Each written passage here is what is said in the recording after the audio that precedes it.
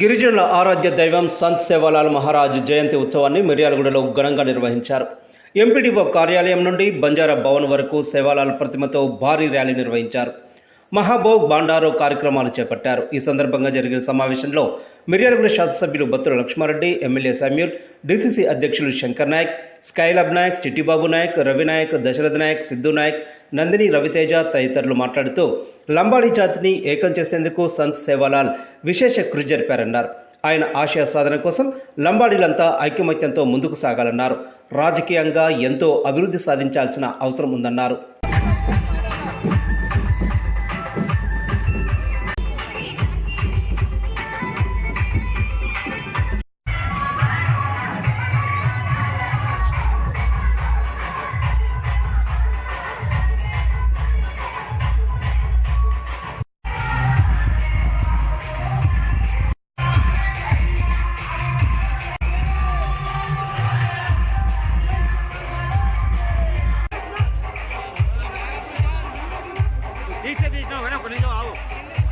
हिंदी में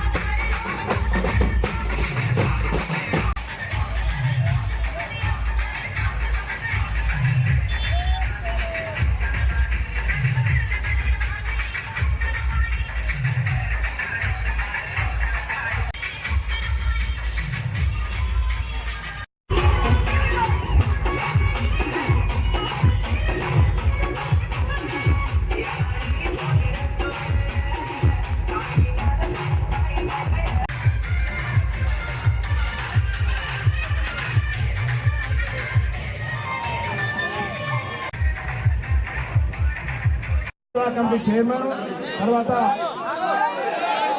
గౌరవ సెక్రటరీ గారు స్వాగతం. సత్ సేవాలాల్ మహారాజ్ కి, సత్ సేవాలాల్ మహారాజ్ కి, సత్ సేవాలాల్ మహారాజ్ కి. మనం ఎప్పటికీ ఫస్ట్ పూజ చేసుకున్నది సంత్ సేవాలాల్ కి.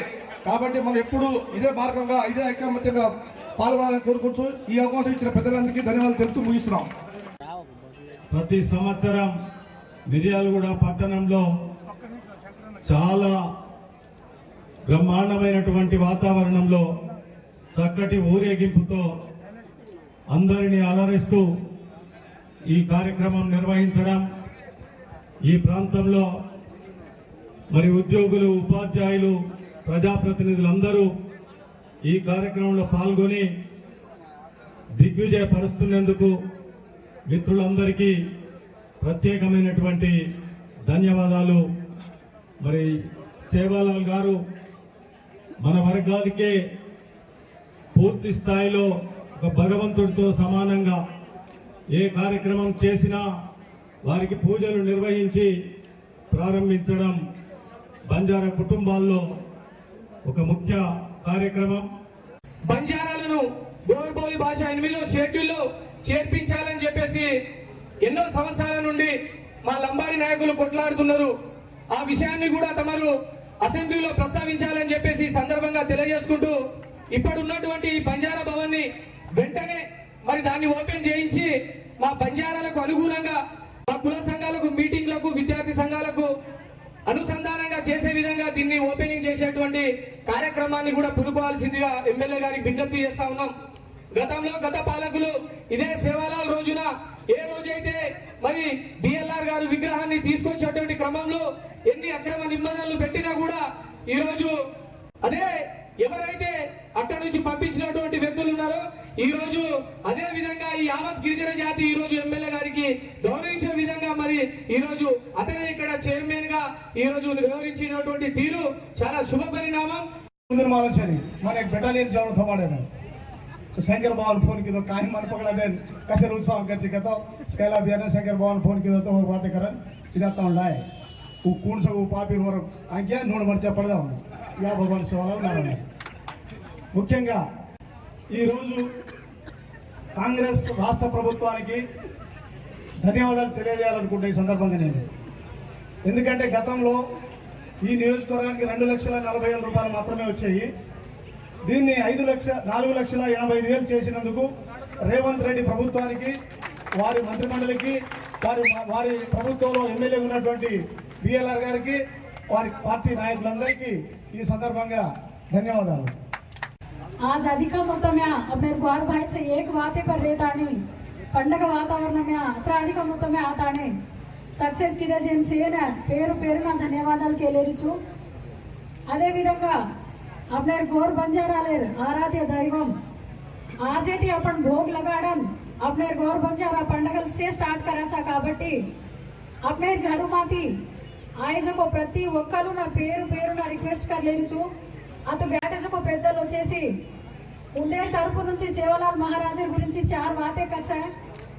सामने इंटरेस्ट दिखाड़ो प्रोग्राम पूर्तिగా बताने सहकరించన్ ये प्रोग्राम में सक्सेस करने से కోర్లేరిచు సేవలాల్ మహారాజ్ अपन गोर भाई అడవి ప్రాంతంలో గుంపులుగా గందరగోళంగా రచన एक ताटी पर लाताने अपने गोर बंजारा लेले आचार सिद्धांतालेने गाम में प्रचारम करन अपने తండాలుగా ఏర్పాటు करन अपने अंटू एक समूहंगा तैयार करन गोर बंजारा एक తండాలుగా ఏర్పాటు करन करवेलोच काबट्टी आज अपन से एक वाते प्रेम अपने आराध्य दैव में पूजिंचे అవకాశం अपने आई से గత సంవత్సరం ఎమ్మెల్యే సార్ को तम చాలా అంత 40,000 జనాభా కనుకోవచ్చు तब कार्यक्रम करते 2004 आवनी काय पद्धति कనుకో ఈసారి పిస్టల్ లేతాని डीसीसी अध्यक्ष शंकर సారు ఒక్కొక్కరే తర్వాత స్కేల్ అప్ एक 5 आता फोन करतानी आपण जातर कार्यक्रम विजयवंत करो की दानी प्रत्येक को और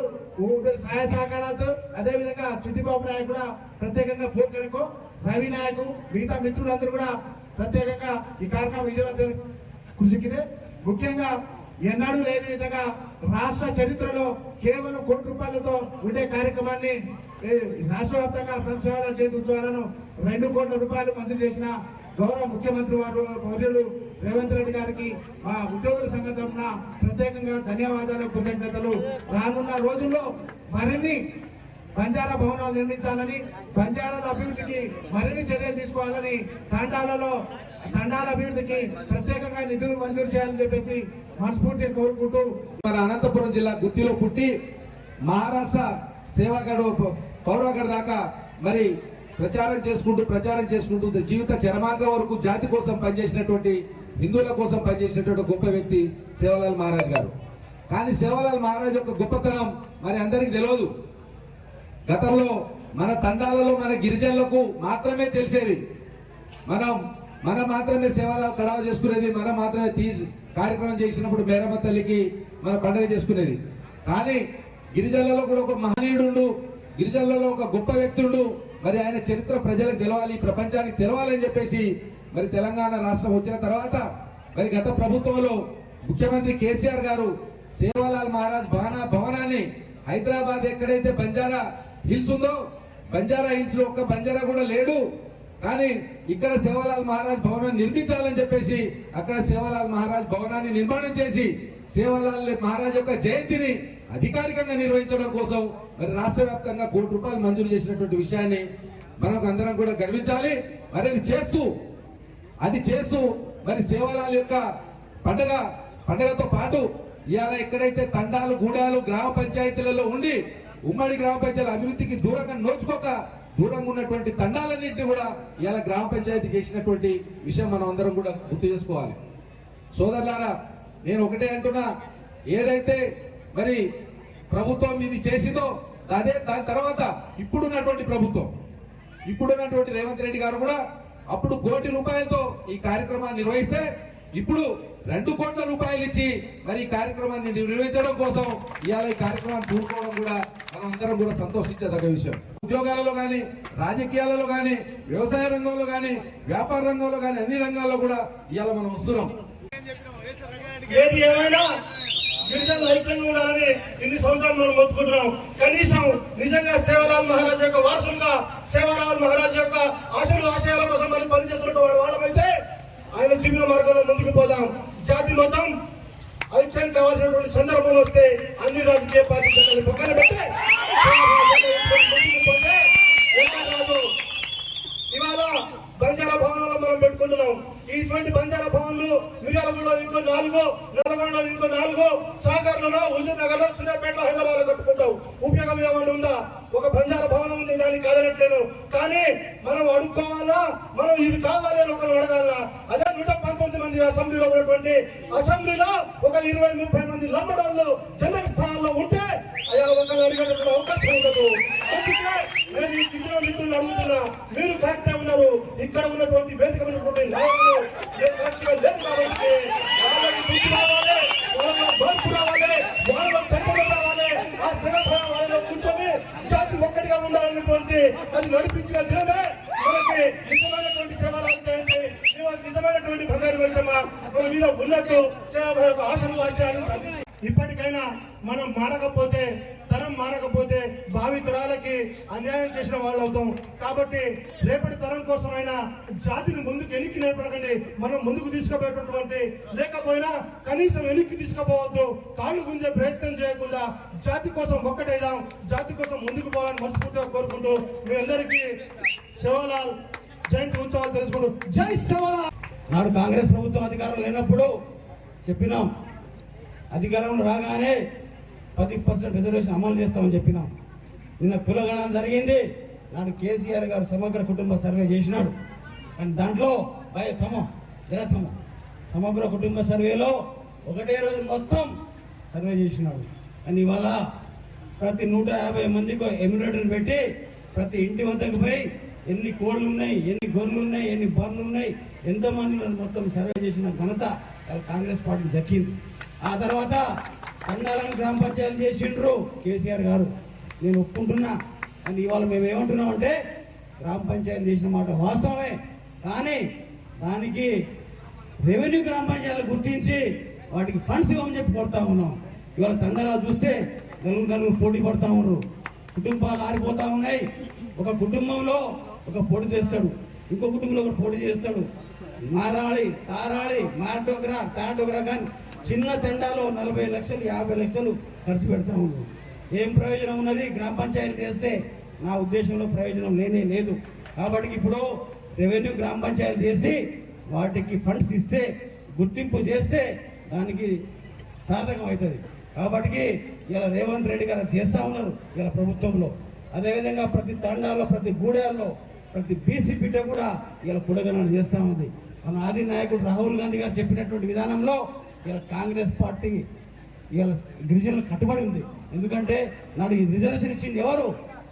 ఇందిరాగాంధీ చేసింది. కాబట్టి ఇలా మంత్రం ఇలా ఈ స్థాయిలో ఇక్కడ నిలబడి మాట్లాడగలుగుతూ ఉన్నాం.